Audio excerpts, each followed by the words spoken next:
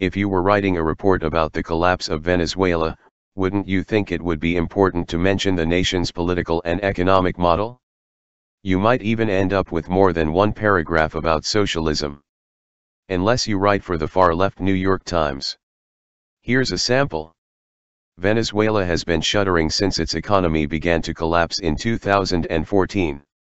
Riots and protests over the lack of affordable food, excruciating long lines for basic provisions, soldiers posted outside bakeries and angry crowds ransacking grocery stores have rattled cities, providing a telling, public display of the depths of the crisis. But deaths from malnutrition have remained a closely guarded secret by the Venezuelan government. In a 5-month investigation by the New York Times, doctors at 21 public hospitals in 17 states across the country said that their emergency rooms were being overwhelmed by children with severe malnutrition, a condition they had rarely encountered before the economic crisis began. Children are arriving with very precarious conditions of malnutrition, said Dr. Juniad Zerbina Medina, the president of the Venezuelan Society of Child Care and Pediatrics.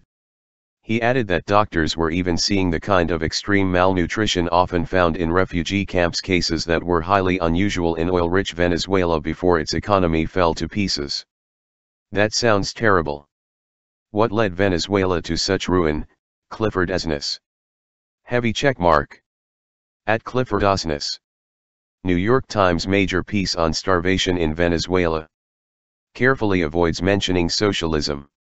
All the problems are passive voice, as the economy collapsed, as hyperinflation appeared, or exogenous, oil prices collapsed. Walter Durante Lives.